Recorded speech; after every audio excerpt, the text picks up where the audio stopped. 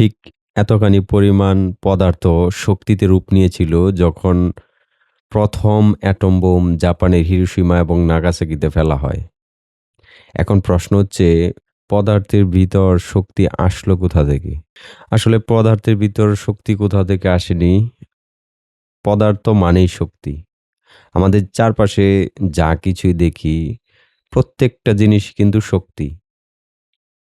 আপনার আইনস্টাইনের E=mc² যে সূত্র সেটা শুনে থাকবেন বা দেখে থাকবেন।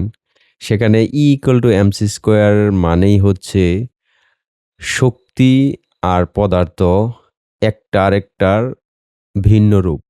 তার মানে আপনি শক্তিকে পদার্থে রূপান্তর করতে পারবেন, আবার পদার্থকে শক্তিতে রূপান্তর করতে পারবেন।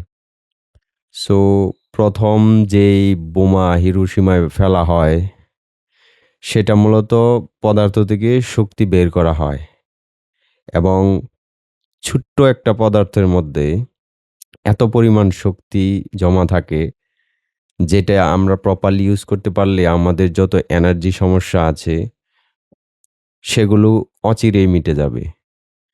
সো আমাদের চারপাশে আমরা যা কিছু দেখি সবকিছুই কিন্তু শক্তি।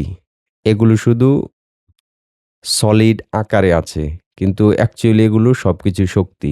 এগুলোকে আমরা যদি ভাঙতে পারি অথবা এগুলো থেকে শক্তি বের করার টেকনিক যদি আমরা জেনে ফেলি, তখন এগুলো থেকে শক্তি বের করতে পারবো।